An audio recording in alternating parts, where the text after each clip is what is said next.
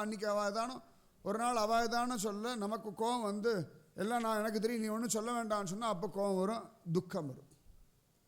உடம்பை நன்னா பார்த்துக்கோங்கோ. எந்த காரணத்தை கொண்டும் ஆரோக்கியத்தில் மட்டும் அஸ்ரத்தையாக இருந்துடாதீங்க. நோயற்ற வாழ்வே குறைவற்ற செல்வம். சத்தியமான வார்த்தை.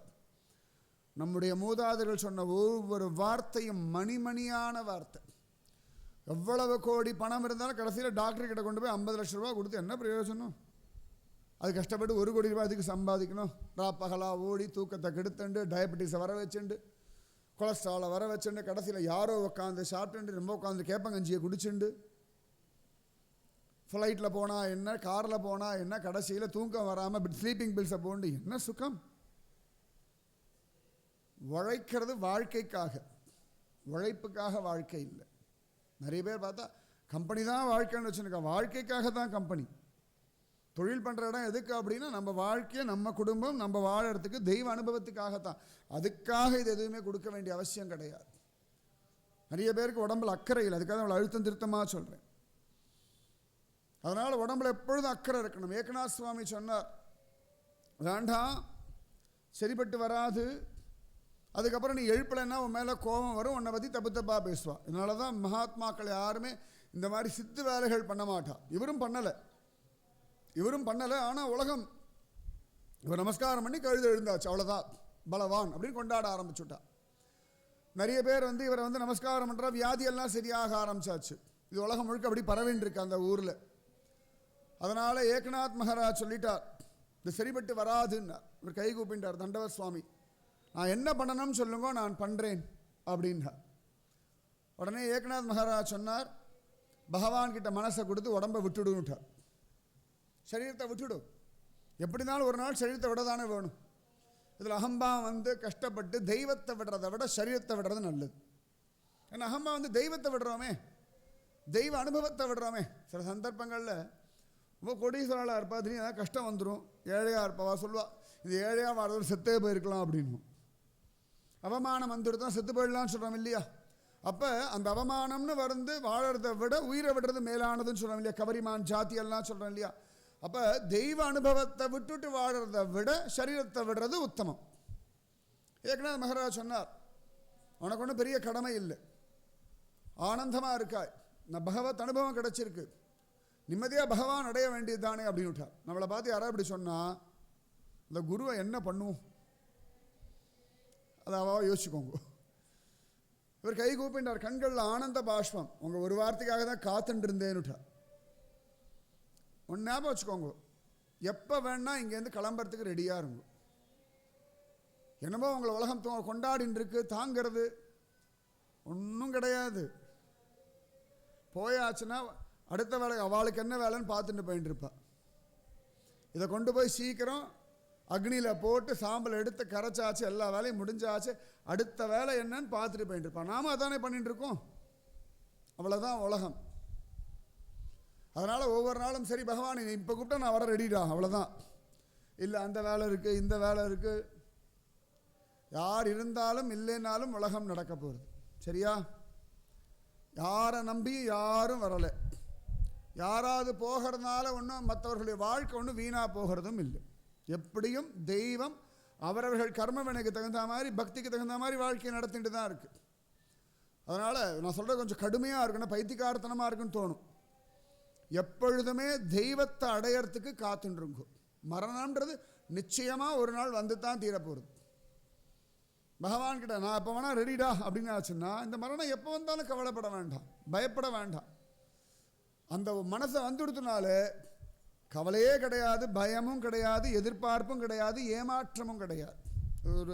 ஒரு கடுமையான முயற்சி, பயிற்சி. ஆனால் வேறு வழி இல்லை. உட்காந்து அழுதுண்டு புலம்பிண்டு யார் என்ன கவனிக்கிறதுல என்கிட்ட எல்லாம் எதிர்பார்க்குறா எல்லாம் சொல்லிண்டு அவசியமே கிடையாது. பகவானே இப்போ கூப்பிடுறியா வரேன், ராத்திரி கூப்பிடுறியா வரேன், பகலில் கூப்பிடுறியா வரேன், காத்தால எழுந்தோன்னு கூப்பிடுறியா வரேன். மரணத்துக்காக காத்துருக்கணும்னு நான் சொல்லலை, அழிச்சுட்டு போக போகிறது சுவாமி தானே. தைரியமாக நான் சொல்கிறேன். எதுக்கடா நான் இவ்வளோ தூரம் பாகவத் விஷயம் கேட்குறேன், ஏகநாதரை பற்றி கேட்குறேன், அதனால் கேரண்டியாக மோட்சம்தான், சந்தேகமே கிடையாது. பயப்படவே வேண்டாம். இந்த சரீரத்தை விட்டுட்டு திருப்பி வேற எங்கேயாவது மாட்டிக்க போகிறோம், நரகத்துக்கு போக போகிறோன்னா பயப்படணும். சரியா? சூப்பரான ஒரு இடம், தொந்தரவே இல்லை, இவ முகத்தில் முழிக்கவும் வேண்டாம், இவகிட்ட கெஞ்சவும் வேண்டாம், இவளோட அழவும் வேண்டாம், அப்புறம் பொய்யா சிரிக்கவும் வேண்டாம், ஏமாற்றவும் வேண்டாம், ஏமாறவும் வேண்டாம். அப்படி ஒரு இடம் பரமபதமாக்கிய வைகுந்தம். எப்போ வேணாலும் நான் தயார்ப்பா. நம்ம சொல்லுவான், இந்த கடமை இருக்குது, அந்த கடமை இருக்குது, இதை முடிச்சுட்டு போகிறேன், இதைத்தான் ரொம்ப நாளாக சொல்லிட்டு இருக்கோம். ஒன்று முடியறதுக்குள்ளே அடுத்தது பிடிச்சிட்டு இருக்கும், அப்புறம் ஆசையை வச்சுட்டு இருக்கும். வாழ்க்கை நடக்கிற வரைக்கும் நடக்கட்டும், பகவான் எப்போ கூப்பிட்டாலும் நான் வரேன்ப்பா. ஒவ்வொரு நாளும் எவ்வளோ டென்ஷன், எத்தனை கவலை இருக்குது, எத்தனை மனசில் துக்கம் நெஞ்ச தாக்கிறது.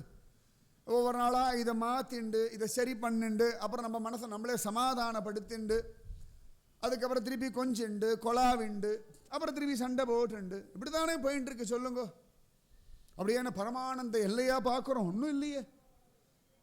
இருக்கிற வரைக்கும் பகவத் அனுபவம் கிடைக்கட்டும். எப்போ வேணாலும் ரெடுறா, நீ கூப்பிட்டு நான் வரேன், அவ்வளோதான்.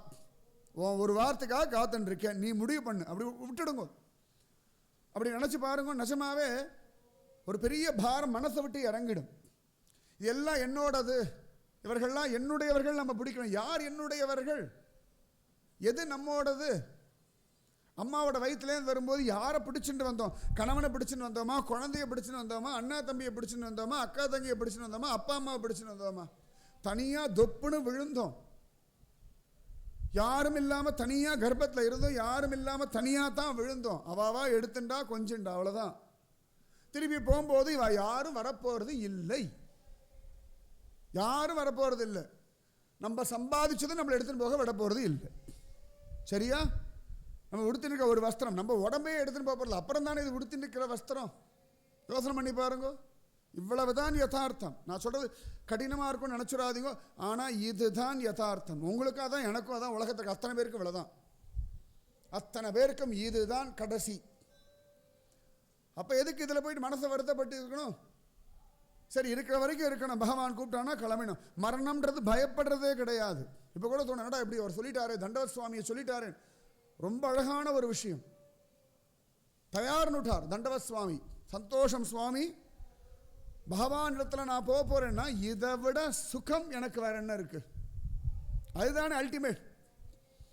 அதை தெரிஞ்சுக்கிறதுக்கு, அதை புரிஞ்சுக்கிறதுக்கு, அதை அடையறதுக்காகத்தானே மனுஷ வாழ்க்கை. அரிது அரிது மானிடராய் பிறத்தல் அரிதுனா திரும்ப திரும்ப இதுலேயே வாழ்ந்துட்டு இருக்கிறதுக்கா? இதுலேயே அழுதுன்னு இருக்கிறதுக்கா? அஹோ ஜனானாம் வியசனாபிமுக்கியம். குலசேகராழ்வார் முகுந்தமாலால் சொல்றார், பக்தும் சமர்த்தோபி ந பக்தி கஷ்டித் அஹோ ஜனானாம் வியசனாபிமுக்கியம். அழகா கிருஷ்ணா ராமா கோவிந்தான்னு சொல்ல வருதே, சொல்ல முடியுமே, தகுதி இருக்கே, வாய் இருக்கே, சொல்ல மாட்டேங்கிறாளே. இதை விட துக்கத்தை புலம்பின்னு இருக்காள். இந்த துக்கத்தை புலம்பின்னு இங்கே வாழறதை விட இந்த துக்கத்தை விட்டுட்டு, வியாதியை விட்டுட்டு, பிரச்சனையை விட்டுட்டு, சண்டை சச்சரை விட்டுட்டு அப்பாடான்னு பகவான் திருவடி வாரத்தை இருக்கிறது எவ்வளவு சுகம். மாதம் முதல் தேதி வந்தாச்சு, இதுக்குள்ளே இதை கொடுக்கணுமே, வாடகை கட்டணுமே, அதை பண்ணணுமே, குழந்தைங்களுக்கு ஃபீஸ் கட்டணும், எத்தனை எத்தனை எத்தனை எத்தனை யோசனைகள், எவ்வளோ யோசனைகள் பண்ணி பண்ணி பண்ணி பண்ணி மாதம் மாதம் இப்படி தானே ஓடின்னு இருக்கு, வருஷம் வருஷம் இப்படி தானே ஓடின்னு இருக்கு. இதனோட நமக்கு பிறந்த நாளும் வருது, கல்யாண நாளும் வருது, கல்யாணமும் ஆகிறது, எதையோ பண்ணிட்டு இருக்கோம். இது எதுவுமே நான் குற்றம்னு சொல்லலை. ஆனால் வைகுந்தம்னு ஒன்று கிடைக்கும் பொழுது அப்பாடான் கிளம்புறது தானே உத்தமம். நல்ல ஒரு இடம் கிடைக்கிறது, ஒரு செலவு கிடையாது, எல்லாம் அவள் பார்த்துப்பா அப்படின்னா கிளம்புவோமா கிளம்ப மாட்டோமா? யாராவது ஒருத்தர் நீங்கள் கல்யாணத்துக்கு வந்தால் போதும், டிக்கெட் நான் ஏற்பாடு பண்ணுறேன், தங்கிறது ஏன் பாடு, சாப்பாடு ஏன் பாடு, உங்களுக்கு ட்ரெஸ்ஸு நான் எடுத்து கொடுத்துட்டேன், நீங்கள் அங்கே ஒன்றும் வேலை பண்ண வேண்டாம், நீங்கள் பாடு என் கூட இருந்தால் போதும், நீங்கள் இருக்கிறது தான் எனக்கு சந்தோஷம்னு யாராவது ஒருத்தர் சொன்னால் அந்த அன்புக்கு விலை உண்டா இல்லையா? உடனே நான் கிளம்புறேன், எனக்கு என் மேலே எவ்வளோ ஆசை வச்சுருக்கா தெரியுமா, நான் அப்படி அழிச்சுட்டு போகிறான். அதே தானே தெய்வமும் காத்துருக்கு. புஷ்ப விமானத்தை தூக்கிட்டு போகிறேன்ப்பா, என் பக்கத்தில் ஒன்றை வச்சுக்கிறேன்ப்பா, அந்த உலகத்தினுடைய எந்த கவலையும் ஒன்றை பாதிக்காமல் பார்க்குறேன்ப்பா. அகம் பிரம்மாஸ்மி தத்துவமசி. நான் இந்த இடத்துல பிரம்மானந்தத்தில் இருக்கேன், அதே ஆனந்தம் உனக்கும் உண்டு. என் பக்கத்தில் உட்காரியா உட்காந்துக்கோ, என் எதிர்க்க உட்காரியா உட்காந்துக்கோ, எனக்குள்ளே உட்காந்துக்கிறியா உட்காந்துக்கோ, என்ன மாதிரியே 4 கைகள் வேணுமா தரேன் வச்சுக்கோ. அப்போ அதுக்கு தானே ஆசைப்படணும், அதுதானே பெரிய விஷயம். எவ்வளோ பண்ணாலும் அந்த தானே வசதி, அதுதானே கடைசி நம்முடைய பரமபதம், மேலான பதம். தண்டவத் சுவாமி சரின்னுட்டார். அழகா ஏகநாத் மகாராஜரை தியானம் பண்ணார். அழகாக அவர் 2 பேரும் பேசிகிட்டு இருந்தார். பைட்டனில் ஒரு இடத்துல அப்படியே அங்கேயே உட்காந்தார். ஏகநாத் மகாராஜ் தலையில் கை வச்சார், ஆசீர்வாதம் பண்ணார், அப்படி போயிட்டார். அவர் அப்படியே ஏகநாதரை தியானம் பண்ணார். பகவானே, இந்த சரீரம் நீ கொடுத்தாய், நல்லா நமஸ்காரம் எல்லாம் பண்ணி முடிச்சுட்டேன், உன் திருவடிகளில் வந்து சேரணும், குருநாதர் உத்தரவு கொடுத்துட்டாரு, கை கூப்பிட்டார். அப்படியே உசுறு போயிடுத்து, ஒரு சிரமம் இல்லாமல் உயிரை விட்டுட்டார். எல்லாரும் வந்து பார்க்குறா. அவர் தான் கடைசியாக பேசிகிட்டு இருந்தா.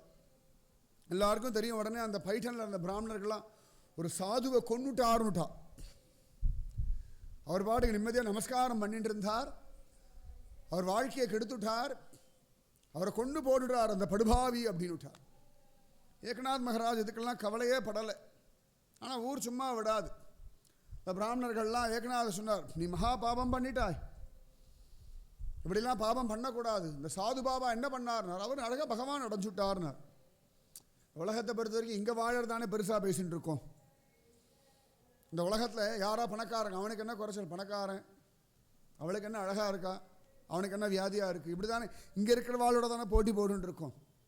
வைகுண்டத்தில் இருக்க பிரகல்லாதன், துருவனை பற்றி 1000 கதைகள் கேட்டாலும் அங்கே போய் இருக்கணும், நமக்கு அந்த புத்தி வரமாட்டேங்கிறது. வைகுந்தம் புகுவது மன்னவர் விதியே நம்மாழ்வார் அழகாக சொல்கிறார்.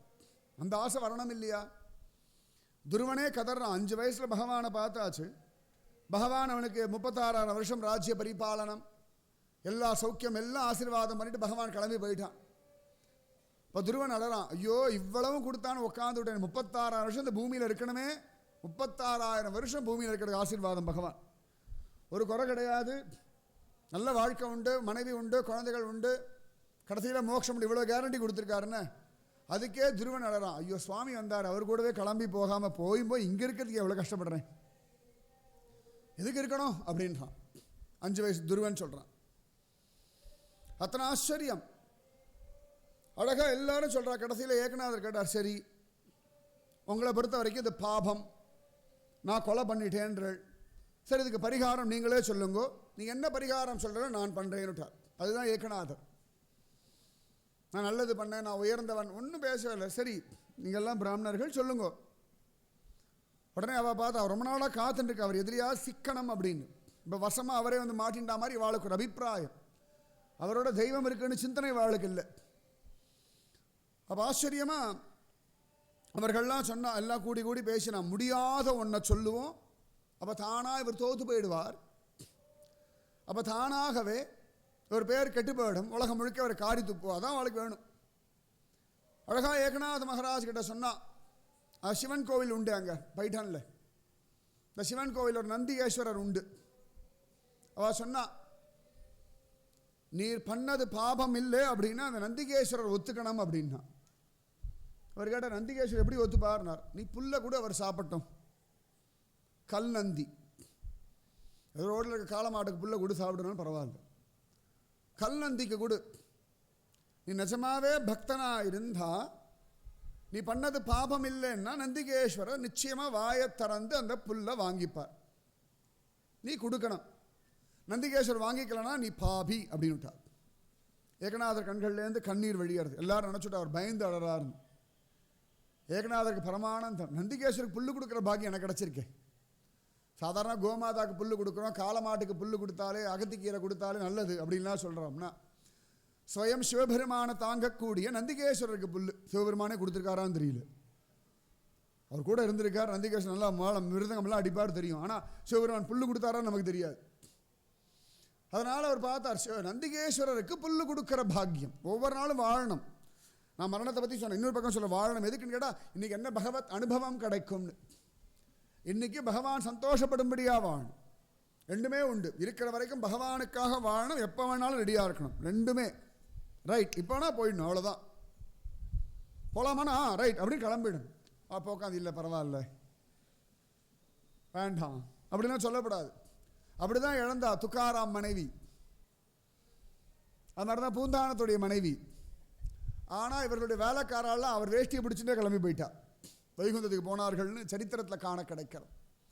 இன்றைக்கி பூந்தானம் எந்த இடத்துலேருந்து சரீரத்தோடு கிளம்பினாரோ அந்த இடத்துக்கு போனாலே அப்படி ஒரு தெய்வீகம். சந்த் துக்காராம் அவர் அழகாக கிளம்பின இடம், அங்கே போனாலே நிஜமாவே என்னமோ ஒரு சொல்ல முடியாத ஒரு அனுபவம், வைகுந்தம் போகிற அனுபவம் அங்கே கிடச்சிடும். சொல்லிட்டார்கள். ஏக்நாத் மகாராஜ் கவலைப்படலை. ஜோர அழகாக போனார், புல்லை எடுத்துன்னு வந்தார். நந்திகேஸ்வரர் முன்னாடி நின்னார். நந்திகேஸ்வரரே, நீர் சத்தியம் எனக்கு தெரியும், நான் என்ன பண்ணேன்? நான் ஒன்றுமே பண்ணல. அவர் சொல்கிறார், நான் ஒன்றுமே பண்ணலையே, நாகம் கர்த்தா ஹரி கர்த்தா. அது ஒரு மனசு. நான் பண்ணலே, ஹரி பண்றான். நாகம் கர்த்தா ஹரி கர்த்தா. அந்த தண்டவ சுவாமிக்கு அப்படி சொன்னது நான் இல்லை, உள்ளிருந்து ஹரி சொன்னான். அவர் தியானம் பண்ணி சரீரத்தை விட்டார். நான் காரணம் இல்லை, ஹரி காரணம். எல்லாத்துக்கும் ஆதி கர்த்தா பகவான் தானே, ஆதி மூலமேனு கர்த்தான் இல்லையா கஜேந்திரன். அதனால நாகம் கர்த்தா ஹரி கர்த்தா. அது இவர்கள்லாம் பிராமணர்கள், வேதம் தெரிஞ்சவர்கள். வேதம் சொல்ற பிராமணர்கள் சொன்னால் அப்படியே பலிக்கும். அதனால தான் கடைசியில் ஆசீர்வாதம்லாம் பண்ணும்பொழுது ஒவ்வொன்றா சொல்லுமா, ஒருத்தர் ததாஸ்து ததாஸ்து அப்படியே நடக்கட்டும் பிராமணர்கள் ஆசீர்வாதம் பண்ணுவார். ஆதிசங்கர பகவத் பாதர்லாம் சொன்னார், கனகதாரை வருஷிச்சது. இந்த வார்த்தை அப்படியே பலிதமாச்சு. இந்த மாதிரி எத்தனையோ மகாத்மாக்கள் சொன்னது அப்படியே பலிதமாக இருக்குது. ராமானுஜர், ஆதிசங்கர பகவத் பாதர், இந்த மாதிரி நிறைய பேர். அந்த மாதிரி ஏகநாத சொன்னவர்கள்லாம் உயர்ந்த பிராமணர்கள், வேதம் சொல்கிறவா. அதனால் அவர்கள் வாக்கை காப்பாற்றி ஆகணும். இந்தாங்கோ, அவர் கொடுக்க சொன்னால் நான் புல்லு கொடுக்குறேன், நீங்கள் சாப்பிடுங்கோன்னு அந்த கல் நந்தி முன்னாடி நின்றுருக்கா. இந்த பிராமணர்கள்லாம் வாயை புத்தின்னு சிரிக்கிறா. ருத்ரம் சமக்கமெல்லாம் சொல்கிறவா, சிவன் சத்தியம்னு சொல்கிறவா, சிவோகம் சிவோகம்னு தியானம் பண்ணுறவா, அழகா பிரதோஷத்துக்கு சிவ பூஜை பண்ணுறவா, கழுத்தெல்லாம் ஸ்படிக மாலை போட்டுன்னு இருக்கிறவா, ருத்ராட்சத்தை வச்சுன்னு ஜபிக்கிறவா. ஆனால் இவர் கல்நந்தி முன்னாடி சாப்பிடுன்னு சொல்லும்போது சிரிக்கிறா. அப்புறம் என்னத்துக்கு இவ்வளவும் பண்ணிட்டு கடைசியில் இது கல் நந்தின்னு ஒரு புத்தி வந்துடுத்துனா போச்சே. இது ஸ்வயம் நந்திகேஸ்வரன்ற புத்தி தானே இருக்கணும். கல் நந்தின்னு அவள்லாம் சிரிச்சா. அவர் கவலையே படலை. இவர் பாட்டு இருந்தாங்கன்னு கல் நந்தி எழுந்தது. மகாத்மாக்களுக்கு அப்படி ஒரு பலம் உண்டு. அவள் சொன்னால் தெய்வமே கேட்கும்னா கல் கேட்காதா? அவள் அதை கல்லாவும் பார்க்கலையே. மற்றவாள்லாம் கல்லாதானே நம்முடைய தெய்வங்களை பார்க்குறான். நம்முடைய தெய்வங்கள் நமக்கு என்ன உண்டோ பண்ணிட்டு தானே இருக்குது. நம்ம மூதாதையரை காப்பாற்றிட்டு நம்மளை காப்பாற்றிட்டு நம்ம குழந்தைகளையும் காப்பாற்ற தான் போகிறது. கல்நந்தி எழுந்தது, பயந்து போயிட்டு. திடீர்னு கல்நந்தி எழுந்தா.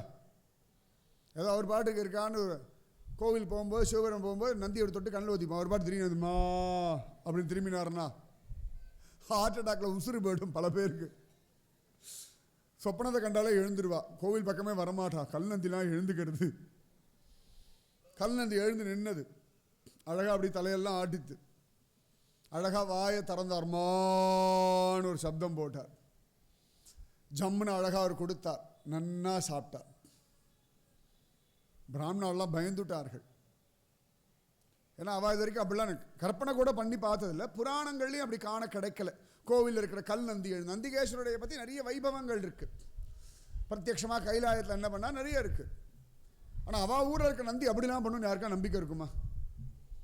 பல இடங்கள் போய் பார்க்குறோம். தஞ்சை பிரகதீஸ்வரர் கோவில் அவ்வளோ பெரிய நந்தி, நெல்லையப்பர் கோவில் அவ்வளோ பெரிய நந்தி, எத்தனை இடங்கள்ல திடீர்னு அந்த நந்தி பாட்டுக்கு எழுந்து நின்றுதுன்னா மேலே உத்தரமெல்லாம் இடிக்கும். பெரிய நந்தி. அத்தனை அழகாக அபிஷேகம் எல்லாம் பண்ண பிரதோஷத்துக்கு. அந்த மாதிரி அந்த சாதாரண அவள் ஊரில் இருக்க நந்தி ஏதோ பெருமாள் கோவிலில் கருடாழ்வார் ஒரு சிலை வைக்கிற மாதிரி சிவன் கோவிலில் நந்தி வச்சிருக்கா. அப்படி தானே ஒரு ஐதீகம். இது ஒரு ஆகம விதியில் வச்சிருக்கான்னு நினைக்கிறோமே ஒழிய சத்தியம். இந்த நந்திகேஸ்வரர் சண்டிகேஸ்வரர்லாம் சத்தியம்னு பெரிய புத்தி நிறைய பேருக்கு இல்லையே. ஏதோ ரொட்டீனாக போயின்னு இருக்கும். அதில் நந்திகேஸ்வரர் எழுந்தார். அழகாக புல்லை வாங்கினா நன்னா மென்று ஜோராக சாப்பிட்டுமா அப்படின்னு. இந்த சப்தமே தெய்வீகமாக இருக்கும். நந்திகேஸ்வரோட சப்தம் எப்படி கருடாழ்வார் ரெக்கை அடித்தா ரிக் யஜு சாம அதர்வன வேதங்களுடைய சப்தம் வருமோ அந்த மாதிரி நந்திகேஸ்வருடைய சப்தத்துக்குன்னு சில இதெல்லாம் உண்டு. உடனே பார்த்தா ஏகநாத் மகாராஜ் கண்களில் ஆனந்த பாஷ்பம். அடியேனுக்காக இவ்வளோ அழகாக புல் வாங்கி சாப்பிட்டேளே, எப்பேற்பட்ட ஆனந்தம். அப்படியே நடந்து அப்படி கோதாவரியில் இறங்குவோன்ட்டார். கல்நந்தி எழுந்து நடக்க ஆரம்பிச்சு கொடுத்து புல் வாங்கினது மட்டும் இல்லாமல் நேராக போய் அழகாக கோதாவரியில் அப்படி போய் இறங்கித்து. அப்புறம் திரும்பி அங்கே போய் அப்படி நின்று கொடுத்து. அவ்வளோ சாதாரணமாக அத்தனை பிராமணர்களும் அவர் காலில் விழுந்தா. மன்னிச்சுடுங்கோ. ஏகநாதர் சொன்னார், இதுவும் நன்மைக்கு தான். இந்த நந்திகேஸ்வரர் சத்தியம்னு தெரிஞ்சது இல்லையா? அவ சொன்னா, நந்திகேஸ்வரர் சத்தியம்ன்றதை விட உங்கள் பக்தி சத்தியம், விட்டலன் உங்களோட இருக்கான்றது சத்தியம்னா. ஏக்நாத் மகாராஜ் சிரிச்சார். எல்லார் கூட தான் விட்டலன் இருக்கான், யார் கூட இல்லை. தண்டவத் மகாராஜ் அவரோட விட்டல் இருந்ததுனால தான், அவர் விட்டல்ன்ற பாவத்தில் அந்த கழுதையை சேவிச்சதுனால தான் கழுதை எழுந்தது. ஆனால் ஏற்கனவே தண்டவத் சுவாமிக்கு தெரியும், ஏக்நாத் மகாராஜுக்காக பகவான் கழுத வேஷத்தில் வந்தான் அப்படின்னு தெரியும் அவருக்கு. அவருடைய சிஷ்யன் தானே. அந்த பாவத்திலே நமஸ்காரம் பண்ணார், எழுந்துட்டான் அப்படின்னா. ஏக்நாத் மகாராஜ் அலட்டிக்கவே இல்லை.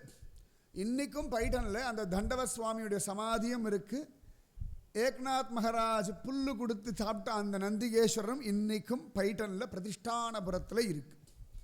இப்போ பிரார்த்தனை பண்ணிக்கோங்க, நிச்சயமாக அந்த பிரதிஷ்டானபுரத்துக்கு போவோம். நமக்கு பக்தி இருந்தால் நம்மளும் கொஞ்சம் புல்லை கொடுத்து பார்ப்போம். அந்தளவுக்கு நம்பிக்கை வரணும் இல்லையா? நிச்சயமாக கொடுத்தா வாங்கிப்பார். அந்த ஆசையோட ஸ்ரத்தையோட நான் உலகத்தில் நிரூபணம் பண்ணுறேன்னு ஏகநாதர் பண்ணல. நான் பெரியவன், நான் நினச்சா என்ன வேணா பண்ணுவேன்னு ஏக்நாத் மகாராஜ் பண்ணியிருந்தார் வச்சுக்கோங்களேன், தோற்று போயிருப்பார். உலகத்தில் நான் பெரியவன் காட்டுறதுக்காக அவர் பண்ணலை, தெய்வம் சத்தியம்ன்றதுக்காக பண்ணார். நந்திகேஸ்வரர் எழுந்து இத்தனையும் பண்ணி காட்டிட்டார். எல்லாரும் கொண்டாடினா. ஏக்நாத் மகாராஜுடைய சிஷ்யன் உத்தவன் சந்தோஷம் அப்படி ஆனந்தமாக இருக்குது. நிறைய பேர் ஏக்நாத் மகாராஜனுடைய சாயங்காலம் கீர்த்தனை, காத்தால உபன்யாசம் எல்லாத்துக்கும் வந்துட்டுருக்கா. ஆனால் சில பேர் வரமாட்டா, அவள் பாட்டுக்கு ஏதாவது வேலை பண்ணிகிட்டே இருப்பா இல்லையா? ஏக்நாத் மகாராஜுடைய வீட்டுக்கு பக்கத்துலேயே ஒரு கடை வீதி இருந்தது. நிறைய பேர் வருவா, ஒருத்தன் வரவே மாட்டான். அவன் பாட்டுக்கு எப்பொழுதும் அவன் உண்டு, அவன் வியாபாரம் உண்டு, இதுதான் வாழ்க்கை. ஏக்நாத் மகாராஜ் பார்ப்பார். ஒவ்வொரு நாளும் கோதாவரி நதிக்கரைக்கு போகும்பொழுது அவன் கடைக்கு பார்த்துட்டு தான் போவார். சாயங்காலம் போவான், வரமாட்டான்.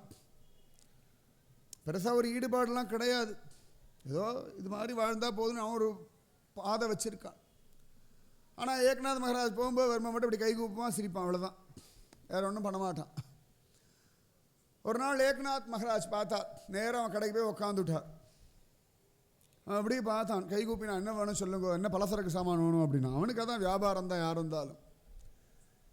ஏக்நாத் மகாராஜ் சொன்னார், அப்பா வரவு செலவெல்லாம் பார்த்துட்டு இருக்கியே, உன் வரவு செலவு எப்போ பார்க்க போகிறாய் அப்படின்னார். அவன் அப்படி பார்த்தான், என்ன வரவு செலவுன்னா, கர்ம வினைன்ற வரவெல்லாம் உட்காந்துருக்கு, அதெல்லாம் செலவு பண்ணணுமேடா, அதெல்லாம் செலவு பண்ணாதான்டா நல்லது அப்படின்னார். அவன் சொன்னான், எனக்கு அதுக்கெல்லாம் நேரம் இல்லை, இப்படி உழைச்சி உழைச்சி உழைச்சி என் குடும்பத்துக்கு பண்ணணும், அவ்வளோதான், எனக்கு தெரிஞ்ச அவ்வளோதான். உடனே ஏக்நாத் மகாராஜ் சொன்னார், வேண்டான்னு சொல்லலை, உன் குடும்பத்துக்கு நீ உழைக்கணும், ஆனால் கூடவே உனக்கு வேண்டியது சம்பாதிச்சுக்கோண்டார். அது வேணும் இல்லையா? ஆத்மாவுக்கு வேண்டியது. வாடினேன் வாடி வருந்தினேன் மனத்தால் பெருந்துயர் இடும்பையில் பிறந்து கூடினேன் கூடி இளையவர் தம்மோடு அவர் தரும் கலவியே கருதி ஓடினேன் ஓடி உய்வதோர் பொருளால் உணர்வனும் பெரும்பதம் தெரிந்து நாடினேன் நாடி நான் கண்டு கொண்டேன். திருமங்கை மன்னன் சொல்றார், வாடி வாடி வருந்துறேன் பெரியேன் ஆயினபின் பிறர்க்கே உழைத்து ஏழையானேன். ரொம்ப அழகான வார்த்தை. சின்ன வயசாக இருக்கும்போது இஷ்டத்துக்கு வாழ்ந்துவிட்டேன், பெரியவனான பிறகு என்னை திருத்திக்கணுன்றதை விட அடுத்த வாழை கவனிக்கணும்னே வாழ்க்கை ஓடின்னு இருக்கு. அடுத்த வாழை கவனிக்கணும், கூட இருக்க வாழை சௌக்கியமாக வச்சுக்கணும். நம்ம எவ்வளவு பண்ணாலும் இவ சந்தோஷம் அடைய போகிறது இல்லை. சத்தியமாக நீங்கள் எத்தனை விதமாக சமைச்சு போட்டாலும் புருஷன் திருப்தி ஆக போகிறது இல்லை. அதான் நல்லா சமைக்க வேண்டாம்னு சொன்ன அர்த்தம் இல்லை. நன்னா சமைக்கணும், ஆசையோடு சமைக்கணும், பகவத் தியானத்தோடு பண்ணணும். எவ்வளோ பண்ணாலும் மனைவி திருப்தி ஆக போகிறது இல்லை. நீங்கள் குழந்தைகள் எவ்வளோ பண்ணாலும் எங்களுக்கு என்ன பண்ணலன்னா கேட்க போகிறா. இது உலகத்தினுடைய ஸ்வபாவம். அதனால் அவர் சொன்னார், கொஞ்சம் ஏதான நல்லது பழகிக்கோயேன்னு. அவன் சொன்னான், எனக்கு ஒன்றும் தெரியாது, நீங்கள் ஏதோ கதையெல்லாம் நன்னா சொல்கிறீர்கள் எல்லாம் சொன்னால் எனக்கு வரத்துக்கெல்லாம் சமயம் இல்லை அப்படின்னா. உடனே ஏக்நாத் மகாராஜ் அழகாக அவங்ககிட்டேருந்தே ஒரு பேப்பர் வாங்கினார், பேனா வாங்கினார், ஒரு 2 லைன் எழுதி கொடுத்தார். உட்காந்துன்னு அவனுக்கு சொல்லிக் கொடுக்க ஆரம்பித்தார். அவர் சொன்னார், நான் டெய்லி ஒரு 5 நிமிஷம் வரேன், நான் சொல்கிறத நீ அப்படியே சொல்லுவியான்னார். கையை கூப்பிண்டா, கண்களில் கண்ணீர். நான் நல்வழிப்படணும், நான் சத்கதி அடையணும், நீங்கள் 5 நிமிஷம் ஒதுக்கும்போது என்னால் ஒதுக்க முடியாதான்னு கேட்டேன். அதானே முக்கியம். இப்போ நான் 2 மணி நேரம் வந்து சத்சங்கம் சொல்கிறேன், அது என் பலமே இல்லை. நீங்கள் வந்து கேட்குறது பாருங்கள், அதுதான் பலம். கேட்கறதுக்கு நீங்கள் தயாராக இருந்தால் தான் நான் சொல்ல முடியும், யாருமே நானத்தை சொல்ல முடியும். அந்த ஆசை உங்களுக்கு இருக்கிறதுனால தானே சொல்ல முடியறது. அவன் சொன்னான், நிச்சயமா நான் என்னுடைய வாழ்க்கை சிறக்கிறதுக்கு நான் ஒரு முயற்சியும் பண்ணலை. ஆனால் என்ன தேடிண்டு என் கடைக்கு வந்து நீங்கள் சொல்லலாம், எல்லாரும் உங்களை தேடிண்டு வரா, ஆனால் நீங்கள் என்ன தேடிண்டு வந்து என் கடைக்கு வரலை. சரின்னுட்டான். ஒரு ஸ்லோகம் எழுதினார், சொல்லி கொடுத்தார். அடுத்த நாள் வந்த டெய்லி போய் அவன் கடையில் உட்காந்து. நிறைய பேருக்கு ஆச்சரியமாக இருக்குது. நிறைய பேர் அவன் உருப்படாதவன், அவனுக்கு பக்தி இல்லை, அவன் நாஸ்திகனமெல்லாம் சொல்ல ஆரம்பிச்சு. அது உலகத்தினுடைய சுபாவம். ஆனால் ஏக்நாத் மகாராஜ் அவன் கடையில் போய் அவனுக்கு ஒவ்வொரு நாளைக்கு ஒரு ஸ்லோகம் எழுதி கொடுக்குறார். இப்படி எழுதி கொடுத்து அவனுக்கு ஃபுல்லாக மனப்பாடமாச்சு. என்னன்னு சொல்கிறேன், என்ன சொல்லி கொடுத்தாருன்னு. அழகாக எல்லாம் சொல்லி கொடுத்தார். அதுக்கப்புறமா நல்ல பக்குவம் ஆயிட்டானான். டெய்லி அவர் சொல்லி கொடுக்குற ஸ்லோகம் தெரிஞ்சுக்கிறான். ஒவ்வொரு நாளைக்கு ஒரு ஸ்லோகம், ஒரே ஸ்லோகம் இல்லை. சரியா?